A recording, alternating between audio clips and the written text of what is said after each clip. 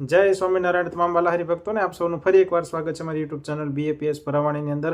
અને આજના આ પ્રવચનની અંદર આપણે પૂજ્ય વિવેકની સ્વામીને સાંભળવાના છીએ। અને આજના આ પ્રવચનનો મુખ્ય વિષય છે ઘરની અંદરથી કંકાસ કાયમ માટે કઈ રીતે દૂર કરવો। જી હા મિત્રો, આજની આ ભાગદોડ ભરી જિંદગીની અંદર, સ્ટ્રેસફુલ જિંદગીની અંદર ક્યાંક ને ક્યાંક ઘરમાં પણ આપણા જ સગા સંબંધીઓ અથવા તો આપણા જ પરિવારના લોકો સાથે અસંતોષની લાગણી ઊભી થાય, અને અસંતોષની લાગણી જ્યારે ઊભી થાય ત્યારે ઘર કંકાસ શરૂ થતો હોય છે। તો આ બધાય પાછળનું કારણ શું હોય અને એનો કાયમી નિકાલ શું હોય કે આપણે ઘર કંકાસની અંદર પતિ પત્નીનો હોય, ભાઈ ભાઈનો હોય કે સાસુ વહુનો હોય, એ તમામ ઝઘડાનો કાયમી ઉપાય લાવવો હોય તો માત્ર ને માત્ર આપણે ઘર સભા કરવી પડે। કારણ કે ઘર સભાથી એકાબીજાના મનમાં જે વાત હોય છે, અસંતોષ હોય છે, એ વાત આજે આપણે એકાબીજાને કરી શકીએ, અને જેથી કરીને અસંતોષની લાગણી ત્યાં ને ત્યાં જ શમી જાય અને ઝઘડો આગળ વધતો અટકી જાય। તો આ ઘર કંકાસનો કાયમી ઇલાજ કઈ રીતે કરવો એના વિશે આજે આપણે પૂજ્ય વિવેકની સ્વામી પાસેથી વિસ્તૃતથી આ પ્રવચનની અંદર શીખીશું। તો આવો માણીએ અને જીવનમાં આપણે ખૂબ માનસિક શાંતિ અનુભવીએ, ઘરમાં પણ શાંતિ રહે અને ધંધાની અંદર સફળતા મેળવવા માટે આમાં આ પ્રવચન અંદર જે નિયમ બતાવ્યા છે, નિયમનું અવશ્ય પાલન કરો। તો આવો માણીએ પૂજ્ય વિવેકની સ્વામીને। જય સ્વામિનારાયણ। ઝઘડા મટે કેવી રીતે? ઘર સભાના માધ્યમથી આ ગ્રંથોનું પાઠન થાય તો પછી આ બધા ઝઘડાનું કાયમી સોલ્યુશન આવે। આજકાલ દેરાણી જેઠાણીના પણ કેટલા ઘરમાં ઝઘડા હોય છે, એકબીજા પ્રત્યે સ્પર્ધાનો ભાવ, ઈર્ષાનો ભાવ, કે પેલું કંઈક કરે એના કરતા હું કંઈક ચડિયાતું કરું, આ કરે એના કરતા હું કરીશ। સુરતની અંદર એક વખત સંયુક્ત પરિવારમાં દેરાણી જેઠાણી બંને રહેતા હતા, અને બંને વચ્ચે કાયમ સ્પર્ધાનો ભાવ ચાલે, ઈર્ષા ચાલે। એમાં થયું એવું કે જેઠાણીને મોટી ઉંમર સુધી સંતાન થયું નહીં, દેરાણીને વહેલા થયું, અને જેઠાણીને જે જબરજસ્ત ઈર્ષા પેઠી કે મારા કરતા પછી આવેલીને સંતાન થાય, મને ન થાય। એક વખત પેલી દેરાણી બહાર ગઈ, ઘરની બહાર। જેઠાણીએ શું કર્યું? પેલા દેરાણીના સંતાનને લીધું અને કુકરમાં મૂકીને બાફીને મારી નાખ્યું। કેવી વિચિત્ર માનસિકતા માણસની! આ સુરતનો પ્રસંગ। પણ દેરાણી જેઠાણીના ઝઘડા પણ ઘર સભાના માધ્યમથી નજીક અવાય, એક સાથે બેસવાનો ટાઈમ મળે। પ્રમુખ સ્વામી કહેતા, પહેલા આપણી ભારતની સંસ્કૃતિ કેવી હતી કે સાંજનો સમય થતો આવો અને દાદા દાદી ખાટલા ઢાળીને ઘરની બહાર બેસતા, પોતાના પૌત્ર પૌત્રીઓને ભેગા કરતા અને આપણી ઉપનિષદ, રામાયણ, મહાભારતની કથાઓ સંભળાવતા। એના થકી વારસાગત પેઢીગત હિન્દુત્વના સંસ્કાર આપણી પેઢીની અંદર ટકતા। પણ આજે બધી સભાઓ બંધ થઈ ગઈ, ઘર સભાઓ, અને ટીવી સભાઓ શરૂ થઈ। આજે કોઈના પણ ઘરની અંદર સાંજે જાઓ, ભેગા જ બેઠા હોય બધા, માતા પિતા, દાદા દાદી, પુત્ર પુત્રી, પૌત્ર પૌત્રી, બધા જ, પણ ટીવીની સામે આંખો ફાડી ફાડીને, ટગર ફાડી ફાડીને જોતા હોય। અરે ટીવીમાં જે પ્રકારનું દેખાડે એ પ્રકારનું બધું જ જોવાનું, કોઈ પ્રકારની વિવેક બુદ્ધિ નથી રહી આપણને। ક્યારેક તો અમુક દ્રશ્યો સમૂહમાં જોઈ શકાય નહીં, પરસ્પરની મર્યાદા આપણી તૂટે છે। આપણને એવું લાગે કે આના લીધે આપણે ભેગા થઈએ જ, પણ મનથી તમે નોખા બેસો છો, ખાલી શરીરથી લગભગ ભેગા બેસો છો એક સાથે, મનથી તો તમારા એકબીજાથી વિખૂટા પડતા જાઓ છો। કારણ કે ટીવી સિરિયલમાં એવું જાત જાતનું ચિત્ર વિચિત્ર શીખવે કે પત્ની કોઈક બીજા જોડે લફડું કરતી હોય, પતિ કંઈક બીજે ભટકતો હોય, છોકરાના મનમાં એ જ માનસિકતા દ્રઢ થાય કે આ તો જીવન કહેવાય, ધીસ ઇઝ નોર્મલ લાઈફ, આમાં કોઈ વાંધો નથી। અમદાવાદની અંદર એક 8 વર્ષની બાળકીની એના પિતાને પૂછ્યું, 8 વર્ષની બાળકીઓ, લગભગ 10 વર્ષ પહેલાનો પ્રસંગ દિવ્ય ભાસ્કરમાં છપાયેલો, કે હે પપ્પા, તમારું કોઈ બીજી સ્ત્રી જોડે લફડું હાલે છે? 8 વર્ષની બાળકીને હું ભાન પડ્યા, પણ ક્યાંથી શીખે છે? ટીવી સિરિયલોમાંથી। કેવા ઘરની અંદર કાવા દાવા, ઘરની અંદર ઝઘડા દેખાડે। તો આ બધું જ છે ને ભારતીય કુટુંબની અંદર ધીરે ધીરે આ બધું દૂષણ પેસે છે। પણ હવે તો કેવું છે, ટીવી સભાઓ પણ બંધ થઈ ગઈ અને હવે સોશિયલ મીડિયા સભાઓ શરૂ થઈ। આજે તો કોઈના પણ ઘરની અંદર તમે જાઓ સાંજના સમયમાં, હોય બધા એક જ ઘરમાં, પણ સબ અપની અપની ગત મેં, બધા પોતપોતાની દુનિયાની અંદર, કોક વળી વોટ્સઅપ મચેડતો હોય, કોક વળી ફેસબુક પર ચોંટ્યો હોય, કોક વળી ટીવી સિરિયલ કે ક્રિકેટ મેચ IPL જોતો હોય, કોક વળી જીઓનું મફતનું ગમે તેમ ડાઉનલોડ કરીને 1.5 GB પૂરું કરવા બેઠો હોય બધા એક જ ઘરની અંદર રહેનારા, પણ બધા મનથી વિખૂટા। અરે કેટલાય દિવસો સુધી બાપ દીકરા એકબીજા સાથે પરસ્પર વાર્તાલાપ નથી કરતા। બાપને દીકરાને કહેવું હોય તો પેલાને સાંભળવાનો ટાઈમ નથી, કારણ કે મોબાઈલમાંથી માથું જ બહાર નથી કાઢતો। બાપને કંઈક દીકરાને કહેવું હોય તો વોટ્સઅપના મેસેજથી કહેવું પડે છે। સોશિયલ મીડિયાના લીધે શું થયું, એક જ ઘરમાં રહેવા છતાં દૂરના નજીક થઈ ગયા આપણા માટે। નજીકના સંપૂર્ણ દૂર થઈ ગયા. આપણને એ ખબર છે કે અમેરિકામાં શું ચાલે, અરે પાકિસ્તાનમાં શું ચાલે એ બધી ખબર છે, પણ તારા ઘરની અંદર શું ચાલે છે એ નથી ખબર હોતી. અરે જો તારા બાજુવાળાને કેવી પરિસ્થિતિ છે, મરી ગયો છે ને મળદું ગંધાય છે, એ નથી ખબર હોતી આપણને. દૂરના નજીક થઈ ગયા, નજીકના દૂર થઈ ગયા. આપણે એક પ્રકારની આભાસી દુનિયામાં જીવતા થયા અને રિયલ વર્લ્ડમાંથી આપણા પગ ઉખડતા ગયા. એક પ્રકારની વર્ચ્યુઅલ લાઈફ. પતિ પત્ની એક જ જગ્યાએ બેઠા હોય બેડરૂમમાં, પણ પત્ની કોઈક બીજા પુરુષ જોડે ચેટિંગ કરતી હોય પતિથી છુપાઈને, અને પતિ એ વળી બીજી સ્ત્રી જોડે ચેટિંગ કરતો હોય. તો કેટલા બધા લગ્ન વિચ્છેદના ફેસબુકથી થવા માંડ્યા. જેવો મોટા મોટા દેશોએ પ્રતિબંધ મૂક્યા, આ પ્રકારનું થાય છે. કેટલા બધા લગ્ન વિચ્છેદ. તો ઘરની અંદર ક્યારેક મૂકવા પડે મોબાઈલ બાજુમાં ને પરસ્પર બેસવું પડે, ટાઈમ કાઢવો પડશે. પ્રમુખ સ્વામી કહે છે કે એના માટે એક વખત સમૂહની અંદર ભોજન કરવું પડશે. આપણને લાગે ખાવું જ છે ને તો નોખા નોખા નો ખાઈ લઈએ. જેના અન્ન નોખા એના મન નોખા થશે. પણ જો અન્ન ભેગા રહેશે તો આપણા મન હંમેશા ભેગા રહેવાના. આપણને લાગે ક્યાં ટાઈમ છે આધુનિક જમાનામાં ભેગા રહીને ખાવાનો. તમે જો ભારત વર્ષની અંદર બિરલા પરિવાર કેટલી મોટી ઇન્ડસ્ટ્રીઝ ચલાવે છે ને. આ જે આઈડિયા સેલ્યુલર એનું છે બ્રાન્ચ, આદિત્ય બિરલા ગ્રુપનું, અલ્ટ્રાટેક સિમેન્ટ વગેરે.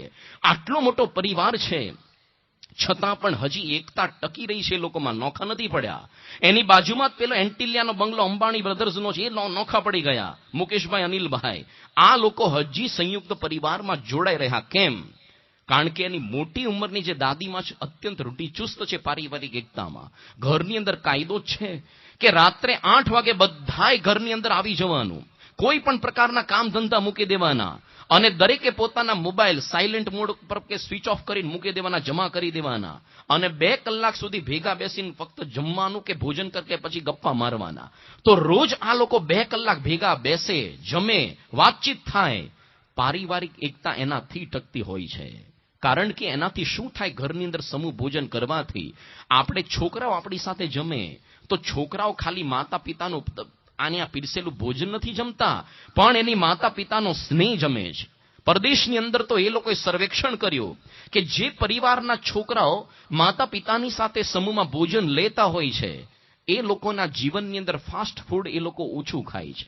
તળેલું વળેલું એ બધું શરીર નુકસાનકારક ઓછું ખાય છે. શાકભાજી ને ફાઇબરસ ફ્રૂટ્સ બધા એ વધારે લે છે, અને હોલ સિરિયલ્સ જે આખા પેલા ખોરાક દાણા એ વધારે ખાય છે. અને આ છોકરા મોટી ઉંમરે એ પોતે આલ્કોહોલ, ડ્રગ્સ ને સિગરેટ આવા વ્યસનો તરફ નથી વળતા.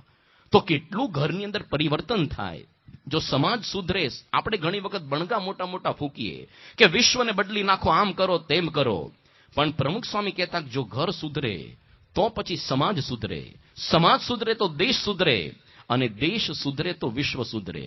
એટલા માટે ચેરિટી બિગિન્સ એટ હોમ. ઘરની અંદરથી આ સંપની ભાવના કેળવવી પડશે. તો આ પ્રકારે ભારત વર્ષની આપણી સંસ્કૃતિમાં આપણે બધું ભૂલતા ગયા. ઘરની અંદર ઘર મંદિર એક હોવું જોઈએ એવું પ્રમુખ સ્વામી આગ્રહ રાખતા. અને ઘર મંદિર ફક્ત દેખાવ પૂરતું ન હોય, પરંતુ ઘર મંદિરના માધ્યમથી આપણું સમગ્ર ઘર એક આખું મંદિર બનતું હોય છે. આજકાલના ઘર જે સ્મશાન જેવા થયા, હોટલો જેવા, એના બદલે આખા ઘરનું વાતાવરણ આખું મંદિર જેવું ક્યારે થાય? જો 2 ટાઈમ આરતી ઘરની અંદર થતી હોય, બધા ભેગા બેસતા હોય, થાળ ભગવાનને ધરાવીને બધા જમતા હોય, પ્રાર્થના બધા કરતા હોય પોતપોતાના ટાઈમે, તો આપણા ઘરનું વાતાવરણ પણ સાહજિક આખું એક મંદિર જેવું થઈ જાય. એક સત્સંગી પરિવાર, એના ઘરનું કેટલું સુંદર વાતાવરણ હોય. તમે જો પહેલાના સમયમાં ભારતમાં કોક જગ્યાએ આપણા શેરીમાં, મોહલ્લામાં કે ગામમાં કોક જગ્યાએ ચોખ્ખું ઘી બનતું માખણમાંથી, એની સુગંધ આખા ગામની અંદર ફેલાતી ને. આજકાલ તો ડાલડા ઘીના જમાનામાં બધી સુગંધ બેકાર થઈ ગઈ ને, પણ એની સુગંધ આખા ગામમાં પ્રસરે. અરે કોક જગ્યાએ કમોદ ભાત રંધાતો હોય તો બાજુવાળા ઘરને પણ ખબર પડે કે અહીંયા આ પ્રકારનો ભાત રંધાય છે. એમ સત્સંગી પરિવારની સુવાસ એ આખા ગામની અંદર, શહેરની અંદર પ્રસરે. એ કુટુંબની અંદર સવારે વહેલા ઉઠીને બધા પ્રાર્થના કરતા હોય, પ્રાર્થના કરીને પછી ઉઠે, ત્યાર પછી પોતે પૂજા પાઠ કરે, નાઈ ધોઈને પછી બધા એકબીજાને પગે લાગીને જય સ્વામિનારાયણ કહે. સવારના પહોરની અંદર ફિલ્મી ગાયનોનો એના ત્યાં હોય નહીં, પણ પ્રભાત ત્યાં ગવાતા હોય. ત્યાર પછી ભોજન કરતા પહેલા પણ સ્વામિનારાયણ કે પછી બોલીને, શ્લોક બોલીને ભોજનનો પ્રારંભ કરવાનો. ઘરની બહાર જતી વખતે, ઘરમાં આવતી વખતે જય સ્વામી કહીને આવવાનું. ઘરની અંદર અપશબ્દો બોલાતા ન હોય, ડુંગળી લસણ ખવાતા ન હોય, 2 ટાઈમ આરતી જે ઘરમાં થતી હોય, 3 ટાઈમ થાળ થતા હોય, સાંજે પણ બધા ઘર સભા કરીને ચેષ્ટાગાન કરીને સૂતા હોય, તો આવા ઘરનું વાતાવરણ સમગ્ર શેરીની અંદર, સમગ્ર ગામની અંદર સુવાસની જેમ પ્રસરી ઉઠે. તો આપણું ઘર પણ એક મંદિર આખું બનવું જોઈએ. ઘરની અંદર ઘર મંદિર હોવું જોઈએ. અને ઘણી વખત આપણે રાખીએ ખરા ઘર મંદિર, પણ સંતો પધરામણી આવે પૂછે કે ઘરની અંદર તમે આરતી થાળ કરો છો? તો પેલા ભાઈ શું કે અમારા ઘરના કરે છે, અમે નથી કરતા. તો તમારા ઘરના કહેજો તમારા વતી ખાઈ લે કારથી. અરે અમુક વસ્તુ તો જાતે કરવી પડશે, શ્વાસ તો જાતે લેવો પડે. આપણા વતી નો કોન્ટ્રાક્ટ પર આપી દેવાય કોઈને. જમવું તો જાતે પડે. જે કરે એને ફાયદો થાય.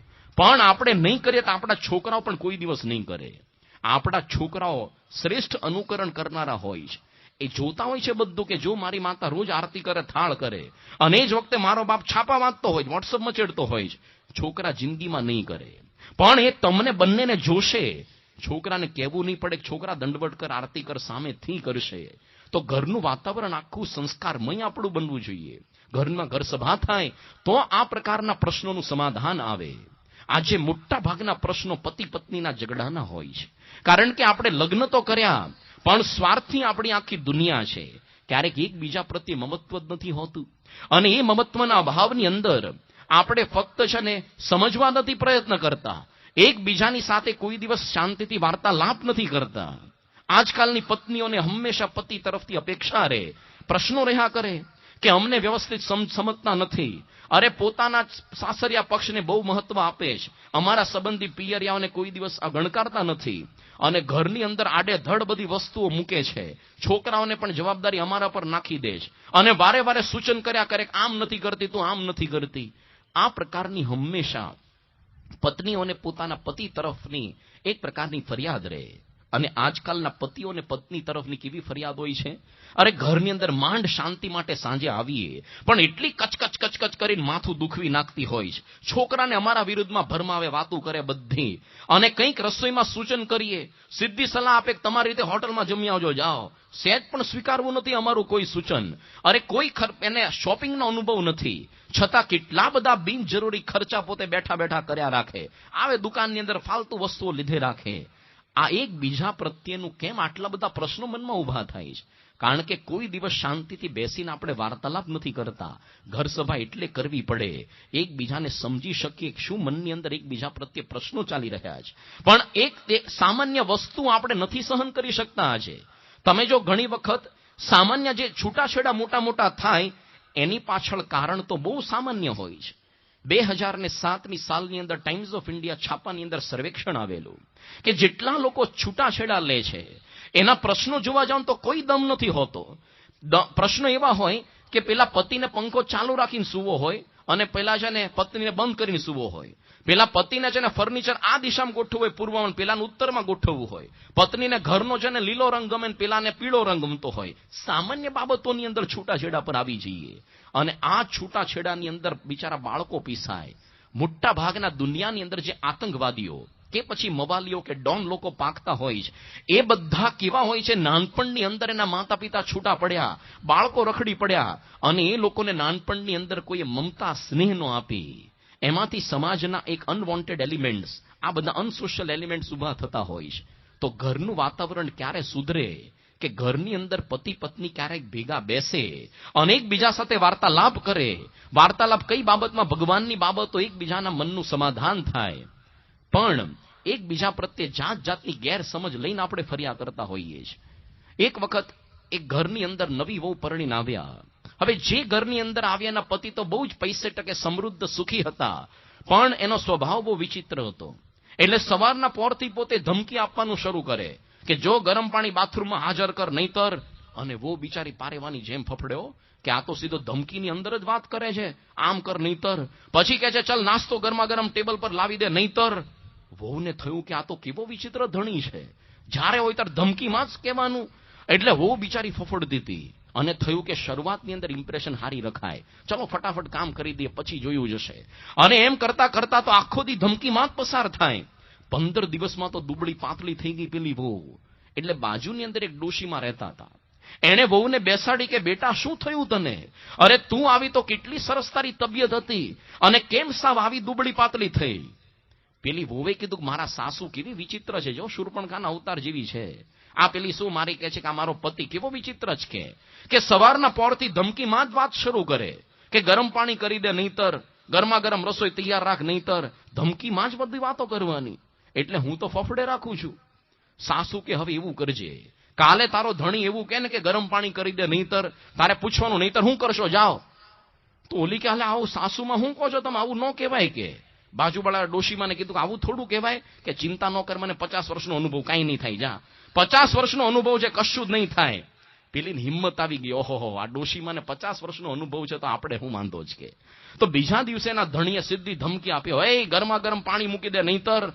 અને વોવે તો ડોશીએ શીખવાડ્યું હતું ને ધડ દઈને કીધું નહીતર હું કરશો જાઓ, કાંઈ નહીં ઠંડા પાણીએ નાહી લઈશ. અલા પહેલેથી કેવું તું ને. પણ ક્યારેક છે ને આપણે એ વ્યક્તિ બોલે છે ખરા વાણી, પણ એની પાછળ આવો મર્મ નથી, એ નથી સમજતા. કારણ કે કોઈ દિવસ શાંતિથી એકબીજા સાથે સ્વસ્થતાથી વાર્તાલાપ નથી થતો. એટલે મનની અંદર એકબીજા પ્રત્યે શંકા કુશંકા લઈને ફર્યા કરે. અરે આ શંકાનો કીડો કેટલા મોટા મોટા ઘરને તોડી નાખ્યો. પત્નીને પેલા પતિ પ્રત્યે શંકા જાય, પત્નીને વળી થોડાક મોડા આવે પતિ, અને પતિ એ વળી પત્નીની શંકા કર્યા કરે. એકબીજાની ગેરહાજરીમાં એકબીજાના પેલા મોબાઈલ ટ્રેસ કર્યા કરે. ઘણી વખત તો શહેરની અંદર જાસૂસો રાખે છે લોકો, પોતાની પત્ની પાછળ ગોઠવે, પતિ પાછળ ગોઠવે. આ મોટા મોટા શેઠિયાઓના પરિવારમાં શું જીવનમાં શાંતિ રહે? હવે જેની સાથે આજીવન રહેવાનું છે તમારે પતિ પત્ની એકબીજા સાથે, આવી શંકા કર્યા કરો તો શું એના લગ્ન કરવાનો અર્થ શું રહ્યો તમારે? તો ઘણી વખત ફાલતુ શંકા હોય, સાવ ખોટે ખોટી. એક વખત એક ઘરની અંદર સવારના પોરની અંદર એક છોકરો હતો અને નીચેથી એક રમકડા વાળો નીકળ્યો, રમકડા વેચવા. અને પેલા છોકરાએ એને પિતાને કીધું, પપ્પા મારે છે ને મને 100 રૂપિયાની નોટ આપો, જો પેલું મને છે ને રમકડું જોઈએ છે. એનો બાપ કે નહીં મળે, જ્યાં થાય કર લે, તારે રોજ જાત જાતના ખર્ચા કરવા નહીં મળે. છોકરો કે જો પપ્પા મને તમે 100 રૂપિયા નહીં આપો તો સવારે મમ્મી દૂધવાળાને શું કહેતી હતી તમને નહીં કહું, જા. અને એના પેલા પિતાને શંકા ગઈ, ગલ્યા મારી પત્ની દૂધવાળાને કંઈક કહેતી હતી તોય કીધું કે ના નહીં મળે, જા થાય કર લે, નથી સાંભળવું મારે, જા. પછી તો ઓલો ગયો નોકરી કરવા એના પોતાના ઓફિસમાં. અને હવે તો એના મનની અંદર શંકાનો કીડો સળવળે રાખે, અલ્યા મારી પત્ની સવારના પોરમાં અને પાછા દૂધવાળાને કંઈક કહેતી હતી કે. એટલે આખી દિવસ એને ચેન પડ્યું નહીં. સાંજે પોતે વહેલો પાછો આવી ગયો, 4 વાગ્યાનો, 6 વાગ્યાનો ટાઈમ પૂરો થવાનો, વહેલો આવી ગયો પાછો ઘરમાં. અને દીકરાને બેહાડ્યો, એ અહીંયા બટા જો ખોળામાં બેસ. બહુ વહાલ કર્યું અને સીધી 1000ની નોટ કાઢીને આપ્યો, લઈ જા 1000ની નોટ, ગમે તે જેટલા રમકડા ખરીદી લાવ જા. પણ બેટા હવે મને બતાવ, સવારે તું જે વાત કરવાનો હતો ને કે તારી મમ્મી દૂધવાળાને કંઈક કહેતી હતી ને? પેલો કે હા કહેતી હતી. કે શું કહેતી હતી? જલ્દી બોલ, ચાલ જલ્દી બોલ કે છે. પેલો છોકરો કે ઓહો પપ્પા એ તો એવું કહેતી હતી ને કે કાલથી છે ને દૂધમાં પાણી નાખીશ ને તો બંધ કરી દઈશ દૂધ તારું. એક ખાલી સામાન્ય શંકાની અંદર 1000 રૂપિયા આપવા પડ્યા, લેવા દેવા વગરના. તો શંકાનો કીડો ઘણી વખત પરિવારને ખલાસ કરી નાખતો હોય છે. સામાન્ય શંકાનો કીડો. આપણે કોઈ દિવસ આપણા પત્નીની કદર નથી કરતા, પતિ પત્ની એકબીજાની. આપણે ફરિયાદ જ કર્યા કરે, તમે અઘરું કામ કરો છો, તમે સહેલું કામ કરો છો. એક વખત એક પતિ પોતે રોજ ખેતી કરવા જતા ખેતરની અંદર, એની પત્ની આખો દિવસ ઘરકામ કરે. રોજ સાંજે એ લોકો બબાલ કરે. પત્ની કે તમારે બહુ સહેલું કામ છે, કે તમારે તો ખાલી જવાનું, રોટલા તો હું તમને આપી જઉં છું, બપોરે એ સુઈ જાવ છો શાંતિથી, સાંજે પાછા આવો છો. મારે તો કેટલું અઘરું કામ કરવાનું છે, છાણ વાસી દઉં, ઘર ઢોર ઢાંખર રસોઈ. પેલો પતિ કર્યા કરે, તારે તો ઘરમાં કરવાનું, હું તો તડકા મરી જઉં જ કે. એક દિવસે એ લોકોએ વિચાર કર્યો આપણે બંને એકબીજાના કામ એક્સચેન્જ કરીએ. અને પતિ આખો દિવસ ઘરે રહ્યો, રસોઈ કરવાની, છાણ વાસીદું કરવાનું, કચરા પોતા કરવાના. અને પત્ની ખેતરમાં ગઈ ને આ તો વળી ખેતી કરવાની ને જબરજસ્ત બધું થયું. સાંજે પાછા આવ્યા, બંનેનું સમાધાન થઈ ગયું. બંનેનું સમાધાન. બંને આવી રીતે આવી ગયા એક લાઈન પર કે ખરેખર તમારા જેવું કામ બીજા કોઈ જ ન કરી શકે. ક્યારેય આપણે એકબીજાની કદર નથી કરતા. એકબીજાના ભૂલી જવી પડે, પ્રશંસા કરવી પડે. એક વખત પતિ પત્નીએ નક્કી કર્યું ચલો આપણે બંને એક ચોપડો રાખીએ અને એકબીજાની ફરિયાદ એમાં લખવાની. એટલે પછી મહિના પછી આપણે ચોપડો એક્સચેન્જ કરવાનો અને આ ફરિયાદ વાંચવાની, ખબર પડે કે મારા પ્રત્યે તને કેવી ગેરસમજ ને કેટલી બધી ભૂલો, બધા પ્રશ્નો છે. તો 1 મહિના સુધી પત્નીએ અને પતિએ આ પ્રકારનો ચોપડો રાખ્યો, પછી એક્સચેન્જ કર્યો. એટલે સૌથી પહેલા પતિએ પેલા પત્નીનો ચોપડો વાંચ્યો. એટલી બધી ફરિયાદ લખી હતી. કે ઓફિસમાંથી મોડા આવે છે, અરે ગમે ત્યાં પોતાની વસ્તુ મૂકી દે છે, પછી મારી પાસે બધી શોધાવડાવે છે, અને ઘરની અંદર મન ફાવે એમ વર્તે છે, રસોઈની અંદર વારે વારે સૂચન કરે. એટલી બધી ફરિયાદ લખી હતી બધી. અને પત્નીને થયું કે મેં મારા પતિ વિશે આટલી ફરિયાદો લખી છે, તો મારા પતિએ તો મારા કરતા ડબલ લખી હશે મારી ફરિયાદ, કારણ કે હું આળવિતરી જેવી જ છું સાવ. પણ જેવો ચોપડો ઉઘાડ્યો એણે, એક પણ ફરિયાદ પતિએ લખી નહોતી પત્નીની. ઉલટાનું શું લખ્યું હતું કે તારા વિશે મને કોઈ જ ફરિયાદ નથી, કારણ કે તું પારકા ઘરમાંથી આપણા ઘરની અંદર આવી, પારકા ઘરમાંથી. પૂજ્ય ડોક્ટર સ્વામી મંચ પર પધારી રહ્યા છે, તાળીથી આપણે હાર્દિક તેઓનું સ્વાગત કરીએ. એટલે પતિએ લખ્યું હતું કે જો તું પારકા ઘરમાંથી આ ઘરની અંદર આવી, આ ઘરના સભ્યોને પોતાના તે માન્યા, અરે હું તો આખો દિવસ નોકરી કરવા જઉં છું, તું એકલી ઘરની અંદર આખો દિવસ કામ કર્યા કરે છે, ખરેખરો તારા જેવું બલિદાન કોઈ આપી ન શકે, અરે અનંત જન્મો સુધી તારું ઋણ ચૂકવાય તેવું નથી. પત્નીની આંખમાં આંસુ આવી ગયા. અરે મેં તો કેટલી ફરિયાદ લખી આમના વિશે, આમણે એક પણ શબ્દ મારા વિરુદ્ધમાં નથી લખ્યો. કેવી મનની અંદર શાતા વળે. એકબીજાને સમજવા પડે, એકબીજાની પ્રકૃતિ ઓળખવી પડે. તમે જો બાળકો ઘરની અંદર તોફાન કરશે, ક્યારેક રમકડા તોડશે, એને તોડવા દેવાના, કારણ કે જિજ્ઞાસા છે કે આ રમકડામાં કઈ પ્રકારનું મિકેનિઝમ હોય છે. બાળકો ઘણી વખત દિવાલ ચિતરશે, પેલા નોટબુકના પાના ચિતરશે, એમાં બહુ જ મોટું ડ્રોઈંગ્સ એ લોકો દોરતા હોય છે. પ્રકૃતિ ઓળખી રાખવી પડે. બાળકોને પગમાં શક્તિ હોય એટલે કોઈ દી શાંતિથી બેસી ન શકે, સમજવો પડે એને કોઈ દી રોકાય નહીં, ભલે રમતો બિચારો. અને યુવાન અવસ્થાની અંદર સાહસ કરવાની ઈચ્છા થાય, આંધળું સાહસ કરે, અને વૃદ્ધાવસ્થાની અંદર એને પછી સલાહ સૂચન આપવાની ઈચ્છા થતી હોય છે. આ પ્રકારનું બધું થાય. એટલા માટે એકબીજાની જો પ્રકૃતિ ઓળખી રાખીએ તો જીવનની અંદર કોઈ પ્રશ્ન ન થાય, બાકી તો પ્રશ્નો સિવાય કંઈ થવાનું નહીં. પ્રકૃતિ ઓળખવી પડે. આજકાલ ઘરની અંદર રહેતા વૃદ્ધોનું કેમ માન રહેતું નથી? કારણ કે ઝીણી ઝીણી બાબતમાં પોતાના દીકરાઓનું સૂચન કર્યા કરે. હવે એક વખત સમજી જ લેવાનું હોય કે તમે નિવૃત્તિ લીધી, રિટાયર થયા, તમારા દીકરાને વારે વારે સલાહ સૂચન કરવાના હોતા નથી. એક વખત એક વૃદ્ધ ઘરની અંદર રહેતા, એને કોકે પૂછ્યું, તમારું છે ને વૃદ્ધાવસ્થાની અંદર બહુ શાંતિથી જીવન પસાર થાય છે, તમને કોઈ ફરિયાદ નથી થતી તમારા દીકરાઓની સાથે, તો કેવી રીતના તમે વર્તો છો? તમારા જીવનનું સૂત્ર શું છે? એમણે કીધું કે જો મેં એક સૂત્ર જીવનની અંદર અંકિત કરી રાખ્યું છે, કયું? કે પૂછે એટલું કહું, વધારે ટકટક ન કરું, આપે એટલું ખાઉં, અને પીરસે એટલું ખાઉં, આપે એટલું લઉં, અને કે છે કે જ્યાં બેસાડે ને જ્યાં મોકલે ત્યાં જઉં, અને મને સાચવે છે વહુ વહુ એવું સૌને કહું, તો શેના લીધે દુઃખી થઉં? આટલી અંદર બધો સાર આવી ગયો ને વૃદ્ધાવસ્થામાં સુખી થવાનો. પૂછે એટલું કહું, પીરસે એટલું ખાઉં, આપે એટલું લઉં, મોકલે ત્યાં જઉં, અને મને સાચવે છે વહુ વહુ એવું બધાને કહું, તો ક્યાંથી દુઃખી થઉં? તો દરેક વૃદ્ધને આ કોતરી રાખવા જેવો જો સિદ્ધાંત. ઘરની અંદર વૃદ્ધાવસ્થાની અંદર જો તમારું માન તમે ઈચ્છતા હો સચવાવું જોઈએ, વધારે પડતી ટકટક કરવાની હોય નહીં. અને કરવી જોઈએ તો ઘર સભાની અંદર બેસો, શાંતિથી ઉકેલ લાવો, દીકરાને એમાં શાંતિથી વાત કરી શકો. આ ઘર સભા એવું માધ્યમ છે કે આપણા હૃદયના દ્વાર ખોલી આપે, એકબીજાને નજીક લાવી શકે. પણ એ નથી કરતા આપણે તો કેટલી બધી જાત જાતની શંકા કુશંકા, બસ મારું ધાર્યું ઘરમાં થવું જોઈએ, હું કહું એમ થાય. એક વખત પતિ પત્નીને લગ્ન થયા, અને લગભગ 1 મહિના પછી કોક જગ્યાએ ફરવા માટે હિલ સ્ટેશનમાં ગયા, હોટલની અંદર ઉતર્યા ત્યાં, અને ત્યાં આગળ રાત્રે ચર્ચા થઈ. પત્નીએ કીધું કે જો આપણો દીકરાને શું બનાવશું? પત્ની કે હું એન્જિનિયર થઈને એટલે આપણા દીકરાને એન્જિનિયર જ કરવો. પેલો પતિ કે ના ના હું ડોક્ટર છું એટલે આપણા દીકરાને ડોક્ટર જ કરવાનો. પેલી કે ના ના હું એન્જિનિયર એટલે એન્જિનિયર, પેલો કે ડોક્ટર એટલે ડોક્ટર. અને પહેલા તો બોલાચાલી થઈ, પછી તો બથો બથ આવ્યો, ઢીબાઢીબ શરૂ થઈ. અને બાજુના બધા રૂમમાં સંભળાય હોટલમાં, અહીંયા કંઈક રામાયણ મહાભારત શરૂ થયું. એટલે હોટલના માલિકને કોકે ફરિયાદ કરી, જો આ રૂમની અંદર બખડ જંતર કંઈક ચાલે છે. પેલો ઇમરજન્સી ચાવી લાવીને ખોલ્યું તો બે બથો બથ આવેલા પતિ પત્ની, બંનેને છૂટા પડ્યા. કેમ ઝઘડો છો તમે? શું લેવા દેવા છે અહીંયા? અહીંયા તો આવ્યા માંડ લગ્ન પછી મહિના પછી શું છે આ? પત્ની કે પેલા છે ને આ મારા પતિ એવું કે છે કે અમારા દીકરાને ડોક્ટર કરવો, અને હું કહું છું એન્જિનિયર, એટલે ઝઘડીએ છે. ત્યારે પેલો હોટલનો માલિક કે કામ કરો, તમારા દીકરાને તો પૂછો બોલાવીને, શું લેવા દે કે ના તમે નક્કી કરો જ બંને જણા હસી પડ્યા. લે લગ્નને ખાલી 1 જ મહિનો થયો જ કે ક્યાંથી દીકરો હોય, તો હું ખાલી ખોટા બાખડો છો. પણ ઘરની અંદર હું કવે એમ થાય. આ પ્રકારની વૃત્તિ, એના લીધે ઘરમાં ઝઘડા થતા હોય છે ને. એક વખત એક ડોશીમાં હતા, અને આવું સરસ મજાનું ચીખલી જેવું ગામ, ત્યાંથી ભિક્ષા માગીને પોતે જતા હતા બીજે ગામ. અને એ જ ગામમાંથી પોતે આવી રીતે એક બ્રાહ્મણ પોતે ભિક્ષા માગીને જતો હતો, અને ડોશીમાં આ ગામની અંદર પાછા આવતા હતા. રસ્તામાં પેલા બ્રાહ્મણ મળ્યા અને ડોશીમાં એ પૂછ્યું કે કેમ ભૂદેવ, ક્યાં થઈને આવ્યા?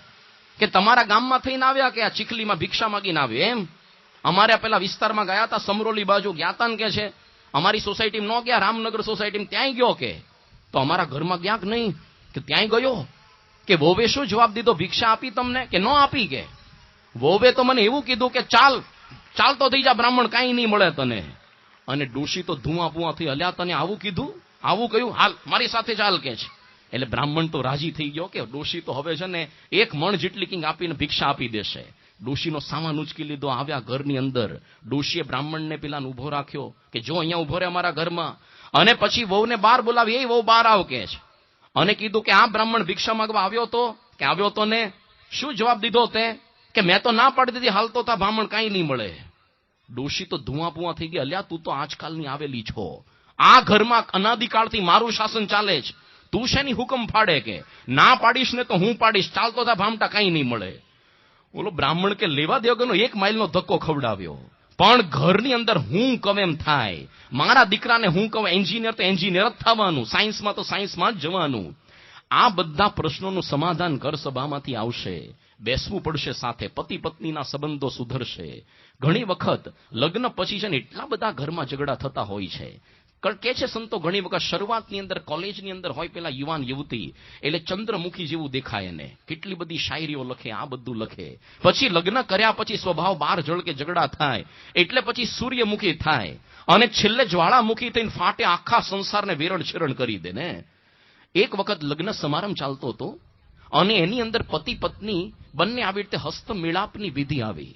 એની અંદર હસ્તમિલાપની વિધિ ચાલતી હતી. એક નાનો બાળક એના પિતા સાથે પહોંચી ગયો હતો. પિતાને પૂછ્યું, પપ્પા બંને કરે છે શું? કે બેસ છાનો માનો, તને ખબર ન પડે. અરે નાના નાના પપ્પા કરે છે શું બંને? બહુ જીદે ચડ્યો. એટલે પિતાએ કીધું, જો બેટા આ તો કેવું છે, કોઈ પણ 2 મલ્લ કુસ્તી કરવા આવે ને તો પહેલા શેક હેન્ડ કરે, હેલો હાવ આર યુ, પછી બથોબથ આવે. એમાં બંને જણા સંસારના ખાડા મુતર્યા છે. અત્યારે ભલે શેક હેન્ડ કરે, કાલથી બથોબથ આવવાના. અને ઓલી વીર રણચંડી થઈને આવ્યો, અને આ વીર યોદ્ધો થઈને અને ઘરની અંદર રામાયણ મહાભારત શરૂ થાય. એ ન કરવું હોય તો ઘર સભા કરવી પડે. સબ દર્દો કી એક દવા. ઘર સભાના માધ્યમથી બધી પ્રકારના પ્રશ્નોનું સોલ્યુશન આવે. રાજકોટની અંદર શૈલેષભાઈ ધાનાણી કરીને એક ફેક્ટરીની અંદર કામ કરનારા કારીગર, હવે સત્સંગ નહોતો એને, અને ભાડેના મકાનની અંદર રહેતા હતા. અને ઘરની અંદર 6 વર્ષ પછી એટલા ઝઘડા થવા માંડ્યા, બંને છૂટાછેડા પર આવી ગયા. પત્ની આપઘાત કરવાના પ્રયત્નો કર્યા.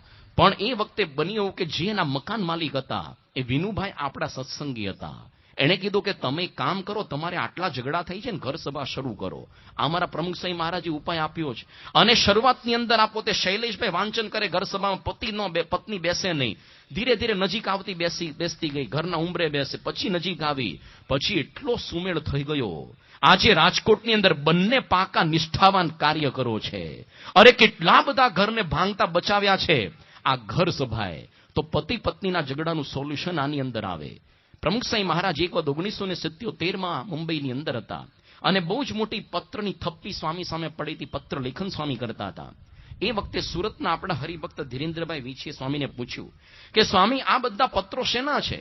સ્વામી કે કોઈ મોક્ષની વાત નથી પૂછતું, બસ સંસારની રામાયણ, કે બસ અમારા પતિ પત્નીના ઝઘડા, આ પુત્રના ઝઘડા, આ બધી સંસારની રામાયણ જ બધી આવે છે. પછી સ્વામીને પૂછ્યું, સ્વામી તમે એવો કંઈક ઉપાય દેખાડો કે જેથી કરીને અમારે અમારા પ્રશ્નો આ લખવા જ ન પડે, અને કદાચ છે ને આ લખીએ તો પણ અમને સમાધાન મળી જાય, એવો એક માસ્ટર ઉપાય દેખાડો. પ્રમુખ સ્વામી કીધું, વર્ષોથી દેખાડ્યો છે કે જો સાંજના સમયે ઘરના બધા સભ્યો ભેગા થઈને થોડી જ્ઞાન વાર્તા કરે, ઘર સભા કરે, તો પ્રશ્ન જ ઉદ્ભવ ન થાય, અને કદાચ ઉદ્ભવ થાય તો એને સોલ્વ કરવાનું બળ મળે. આજે મોટો પ્રશ્ન શું છે? આપણા બાળકોને કેવી રીતના સંસ્કાર આપવા? કારણ કે અમુક ઉંમર પછી બાળકો તમારું નહીં સાંભળે. પણ ઘર સભા એવું માધ્યમ છે, પહેલેથી ફિટ કર્યું હશે બાળકોમાં, ઘર સભામાં બેસશે, અને એ ત્યાં બેઠો હોય એ દરમિયાન ધાર્મિક કે ગ્રંથ વાંચન દ્વારા જે તમારે કહેવું હોય કહી શકશો. બાકી અમુક ઉંમર પછી આજના છોકરાઓ નહીં તમારું સાંભળે, અને નહીં સાંભળે, નાનપણથી સંસ્કાર નહીં આપો, પ્રમુખ સ્વામી કહે છે કે જો તમે તમારા સંતાનોને સંસ્કાર નહીં આપો તો તમારે સંપત્તિ અને સંતતિ બંને ગુમાવવાનો વારો આવશે. જુઓ આજકાલ ચરોતરની અંદર અમુક જુવાનિયાઓ પોતાના એકબીજાની સાથે વાર્તાલાપ કરે બીજાના મિત્ર સાથે, તો પોતે શું કે મારો ડોહો તો આવો વિચિત્ર છે, બાપને ડોહો કે કેમ ક્યાંથી આવ્યું આ? આપણે નાનપણથી સંસ્કાર ન આપ્યા, મોટા થઈને પછી એ લોકો ઠેબે ચડાવશે તમને. એક વખત બંને પેલા છોકરાએ મિલકત વેચી લીધી, બાપ એકલો વધ્યો, મોટો કે હું ન રાખું, નાનો કે હું ન રાખું. પછી વિચાર કર્યો કે આપણે કંઈક સમાધાન ઉપર આવવું પડશે. એવું કરો, આપણા બાપને છે ને 5 માળની હવેલીમાં સૌથી ઉપર ટેરેસ પર ચડાવો અને ત્યાંથી પાડો નીચે. જો ચત્તો પડે ને તો મોટા દીકરાને ઘરે, ઊંધો પડે નાના દીકરાને ઘરે. એનો બાપ કે એના કરતા ભીખ માગીને પૂરું કરીશ. આજના છોકરા ઠેબે ચડાવશે તમને. પ્રમુખ સ્વામી કહે છે કે અહીંયા મંદિરની અંદર બાળ મંડળની અંદર છોકરા ભેગા કરીએ જેટલા માટે નહીં કે ભવિષ્યમાં સંતોના પગ દબાવે એટલે નહીં, પણ તમારા ગળા ન દબાવે. તો ઘર સભાના માધ્યમથી સંસ્કાર આપવા પડશે અને બાળ મંડળમાં પણ મોકલવા પડશે. તો એને માતૃદેવો ભવ પિતૃદેવો ભવની ભાવના જાગૃત થશે. વડોદરાની અંદર હરિભાઈ ચૌહાણ કરીને હરિભક્ત, એની 8 વર્ષની દીકરી હવે કોઈ પણ કામ એની માતા ચિંતે સિદ્ધિ ના પાડી દે. એના ઘરની અંદર ઘર સભાની શરૂઆત થઈ. એવો ચમત્કાર થઈ ગયો, એની અંદર યોગી ગીતાની યોગી વાણીની વાત આવી કે સરળ સ્વભાવ રાખવો, કટ વળી જવું. આ છોકરીને બીજું કંઈ યાદ ન રહ્યું, પણ કટ શબ્દ ગમી ગયો કે બસ પોતાનો એકડો સાચો રાખવો નહીં, કટ વળી જવું. આખો દિવસ પોતે કટ કટ શબ્દ બોલ્યા કરે. એની મમ્મીને અર્થ પૂછે કે મમ્મી આનો અર્થ શું થાય? એની મમ્મી સમજાવે કે બેટા આપણે છે ને કોઈ દી જીદે ન ચડવું, જેમ કોક એને માની જવું, એને કટ વળી ગયા કહેવાય. છોકરીને ગમી ગયું. પછી તો જ્યારે જ્યારે મમ્મી એને કંઈક કામ ચિંતન જૂના સ્વભાવ પર આવી ના પાડે, એની મમ્મી ખાલી એટલું જ યાદ કરાવે કટ, અને છોકરી તરત કામ કરવા માંડ્યો. એક ખાલી સામાન્ય શબ્દ ઘર સભાનો કેટલો અસર કરી જતો હોય છે. તો જે ઘરની અંદર રોજ રાત્રે ભજન ભક્તિ થાય તો ઘર આખું સંસ્કારમય કહેવાય.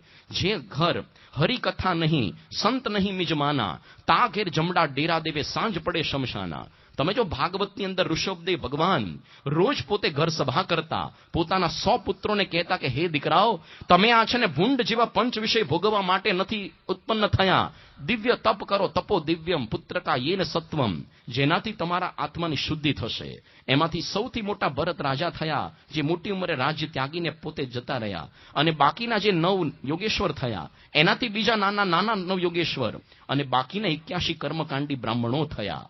તો ઘર સભા કરવી પડે ઘરની અંદર. આજનો દેશ આપણો બિન સાંપ્રદાયિક છે. કોઈ સ્કૂલ કોલેજોની અંદર ધાર્મિક ગ્રંથો ભણાવવામાં નહીં આવે, પણ ઘરની અંદર આગ્રહ રાખવો પડશે. તમે જો વિધર્મીય પોતે ધાર્મિક શિક્ષણ પાછળ અરે કેટલી જાગૃતિ છે. પરદેશની કોઈ પણ કોન્વેન્ટ સ્કૂલની અંદર બાઇબલની પ્રાર્થના બોલવી જ પડે. આપણી પણ ભારતમાં જેટલી ઇંગ્લિશ મીડિયમની કોન્વેન્ટ સ્કૂલ્સ છે, મોરલ સાયન્સના નામનો એક વિષય આવે, એમાં બાઇબલની જ કથાઓ હોય. નક્કી છે આપણું વાત નાખી જ દેવાની. પરદેશમાં કોઈ પણ હોટલમાં બાઇબલ પડ્યું જ હોય, તમે વાંચો કે ન વાંચો, જે કરો એ બાઇબલ તો હોય જ. આપણા કેટલા ભારતની હોટલમાં ગીતા પુસ્તક પડ્યું હશે? ક્યાંય નહીં. આજના માતા પિતાને એ ચિંતા છે કે મારો છોકરો બાયોલોજીમાં, ફિઝિક્સમાં સારામાં સારા ટકા લાવે, ડોક્ટર એન્જિનિયર થાય, પણ આપણને કાંઈ પડી નથી. વચનામૃત વાંચે છે કે નહીં? રામાયણ ગીતા વાંચે છે કે નહીં? નાનપણથી આગ્રહ રાખવો પડશે. અમુક નાનો છોડ છે ને વાળીએ ત્યાં સુધી વળે, મોટો થઈને બટકી જશે. તો પહેલેથી આ ઘર સભા કરવી પડશે. છેલ્લું એક વાત કહીને પૂરી કરીએ. પ્રમુખ સ્વામી કહેતા સબ દર્દો કી એક દવા ઘર સભા કહેવાય. એની પાછળ એક સરસ બોધ કથા છે. એક વખત ચીખલી જેવું ગામ રાખી આપણે, ચીખલી જેવું ગામ હતું, અને એ ગામની અંદર ઘણા બધા લોકો રહેતા, રાજા પણ અહીંયા રહેતા. હવે એમાં એક વૈદ પણ હતા કે કોઈ પણ વ્યક્તિ એની પાસે કંઈક પ્રશ્ન લઈને જાય એટલે વૈદ એને કહે કે જો સબ દર્દો કી એક દવા હરડે ખાઓ, ચલો 500 ગ્રામ હરડે ખવડાવે કે તમારા બધા પ્રશ્નોનું સોલ્યુશન આવશે. એમાં વળી ચીખલી ગામનો એક વખત એક કુંભાર હતો, એનો ગધેડો ખોવાઈ ગયો. એટલે વૈદ પાસે ગયો કે વૈદ શું કરવું, મારો ગધેડો ખોવાઈ ગયો. કે જાઓ 500 ગ્રામ હરડે ખાઓ, ગધેડો મળી જશે. એટલે પણ કે શું કહો છો તમે, 500 ગ્રામ હરડેમાં કે ગધેડા મળતા હશે, ખાવ તો ખરા. એટલે પેલા રાત્રે હરડે લીધી, પછી તો છે ને એને જે પ્રેશર આવ્યું, સવારમાં 2 વાગે સવારમાં ઉઠાડ્યો અને સીધો ભાગ્યો નદી કાંઠે ખાડે જવા માટે. તો ગધેડો ત્યાં જ ઉભો તો, ત્યાં જ ઉભો તો ગધેડો. પેલો તો મળી ગયો, ગધેડો રાજી થઈ ગયો, અને satisfied customer is your best advertiser. આખા ગામમાં પ્રચાર કરવા માંડ્યો પેલો કે જો આ વેદ સારામાં સારો છો, આને છે ને આને જે દવા આપે ને બધી યોગ્ય છે. એટલે પછી તો એવું થયું કે એ ગામની અંદર જે રાજા હતો એની પત્ની રીસાણીને દૂર ભાગી ગઈ, પિયર જતી રહી. રાજા બિચારો આવી ગયો કે શું કરવું વૈદ સાહેબ, કે કામ કરો, રાજાને ડબલ ડોઝ, જાઓ તમે કિલો ખાઓ હરડે, તમારે તો કિલો ખાવી પડે. અલા પણ એમાંથી પત્ની પાછી આવે કે ટ્રાય તો કરો. અને રાજાએ કિલો હરડે ખાધી. બીજા દિવસે તો પછી લૂઝ મોશન થઈ ગયું એને, અને 10 વખત ખાડે જવું પડે ને દુબળો પાતળો થઈ ગયો રાજા. વાયુ વેગે વોટ્સઅપ પર સમાચાર પ્રસરી ગયા કે રાજા હવે મરવાની અણી પર છે. રાણીને લાગ્યું છેલ્લે મોઢું નહીં દેખાડું ને તો લોકો માછલા ધોશે.